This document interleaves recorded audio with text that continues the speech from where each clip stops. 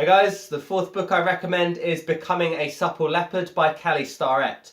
Mobility and flexibility tend to be neglected by a lot of gym goers because it's often time consuming and beyond a few basic stretches, not many of us know what to do.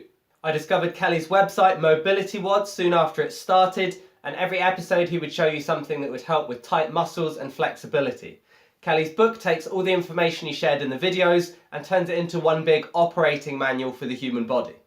There are 4 sections and they work independently, so if you have a specific problem you could look it up or just go through the whole book in order. Part 1 is principles in theory, in part 2 it's the categories of movement, and then part 3 is the bulk of the book, which is the stretching and mobilization techniques. In part 4 he looks at mobility prescriptions, so he's taking the movements required to lift weights, he's telling you where you might be tight, and then he's going to give you 5 or 6 exercises and stretches from part 3 that you can go through to improve that movement pattern.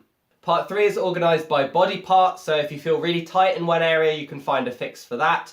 He uses resistance bands, tennis balls, barbells, so you've got multiple ways of fixing the same problem, and it's all illustrated and explained clearly. My 3 bullet points are going to be 3 of the mobilisation techniques, and I've added links in the description to Kelly's original videos of those. The first is his most famous one, the sofa or couch stretch. This improves hip and lower back pain and it targets the hip flexors and quadriceps.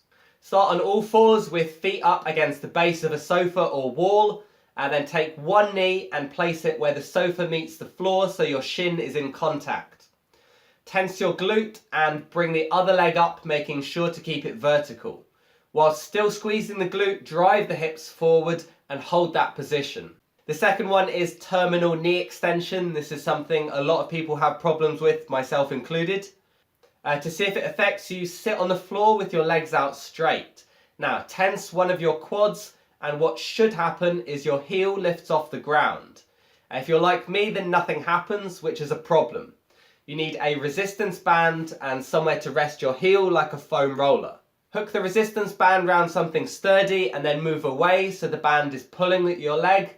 Then apply pressure just above the knee to force the leg to fully straighten. The final one is from episode 77 relating to plantar fasciitis. It involves rolling a golf ball on the sole of your foot to release tension, and it was magical the first time I tried it. Imagine the base of your foot has a Y shape, so the tension is running from your big and little toes to the middle and up over the heel cord. Gently work up and down those imaginary lines with a golf ball, or maybe start with a tennis ball if you need a softer material, and also run it up over the heel cord. You have something called fascia that runs right down from your head to your feet, and loosening my feet actually gave me more hamstring flexibility. It's not a leisurely roll, so make sure there's adequate pressure going down on the foot, and try to take about 60 seconds to go from your toe down to your heel.